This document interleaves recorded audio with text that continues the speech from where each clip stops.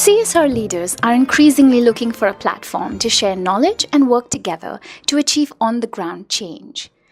The CSR Leaders Collaborative, organized by Dalberg in Goa, April 2018, brought together a dynamic group of professionals to address this.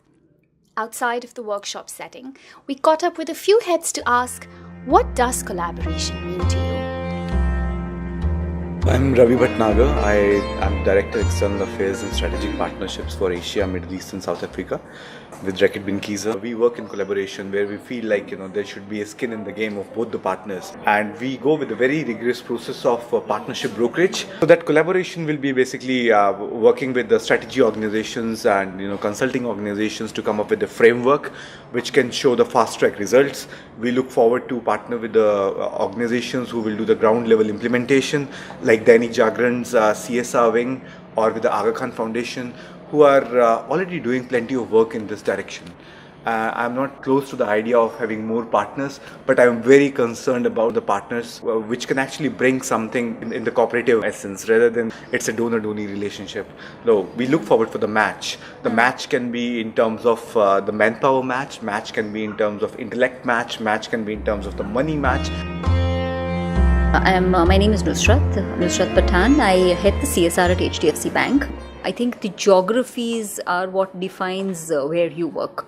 I would love to work with companies, probably trusts, and actually look at how we could collaboratively implement programs because I think there is a strong move where a lot of foundations, a lot of trusts are actually moving beyond implementing for their parent company or their founders to actually implement for other corporates, whereas corporates who are currently implementing CSR directly through their particular organizations are finding it a challenge to find NGOs or implementing partners who can actually work on scale. So I think there is a need from both ends. I think there is a need for partners. Also, it's interesting to see what is the niche expertise that each corporate brings to the table, and see how we can capitalize on that as a collaborative learning experience so that we can collaboratively launch a particular program or a particular product. My name is Ritu Raina and I'm part of the HT Media Group. I'm currently working on the Hindustan Atulyagram project as project lead. The CSR leaders should collaborate for the larger good. They should share data and their learnings with each other to minimize the execution curve, which most of us go in our individual projects, go through a lot of delays, etc., not knowing what is the right thing to do.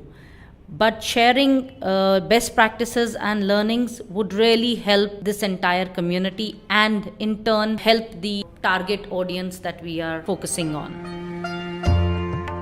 My name is Sakina Bakar. I head the CSR at Bharti Infratech. I am looking at collaboration in terms of the diversity of thought, but impact has to be similar. If you're very clear about what impact you require and you need on the ground, then other things will eventually tag along. I'm Anupa Madar. I'm a business manager. I work for Microsoft. I work in the Core Services Engineering India group. As of now, what I see is a fragmented market. I think there's a lot of structure that can be built in. Sometimes you find a good NGO and you're really able to make the difference, but there is a risk of what cost do you want to achieve and whether you're able to get that good partnership. I'm Rinika Grover and I head CSR and Sustainability at Apollo Tyres Limited. Collaboration is not necessarily just about monetary collaboration. It can also be non-monetary, wherein partners bring in technical expertise or other specialized expertise with them. There are no specific rules to partnerships as long as there is a shared goal to serve the beneficiaries from the program that you're planning to implement. Mamta Saikya. I am the CEO of Bharti Foundation. We have over 200 schools of ourselves and we are nearly in 1,000 government schools at any point of time in a year. There has been a lot of talk around IT in education, what is now called EdTech. And we've got a few models, few experiments going on in our schools.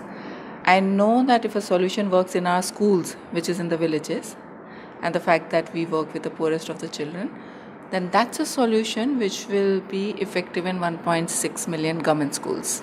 I'm looking for a edtech solution which is low cost. I'm looking for an edtech solution which empowers the child and assists the child in his or her education journey. And in this world of machine learning and AI, I'm now actually looking for a edtech solution which uses this new technology and makes sure that our child can actually learn at her own speed and not be limited by the qualifications, quality and knowledge of a teacher.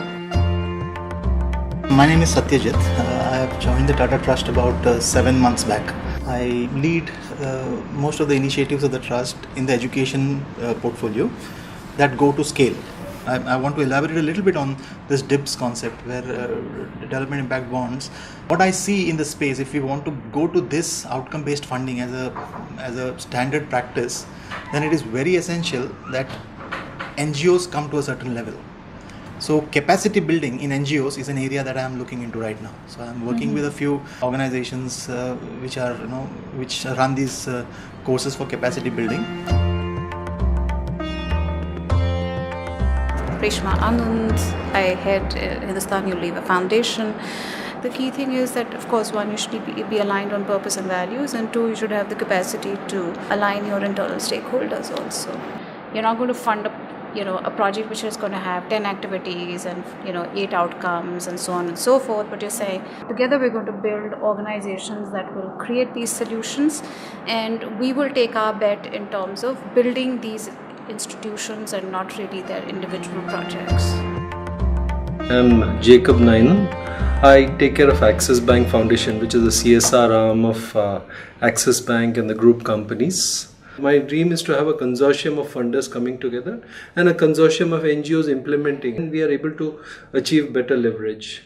Second collaboration that I'm talking about is a larger collaboration with the government. A lot of the development sector has some aversion to government. They don't connect well with the government, I have seen largely. But in our work, while we may say that 8 out of 10 touch points in the government may not be receptive, but that 2 is big enough, the remaining 2. Unless you work with the government, 10 foundations like ours cannot move the needle.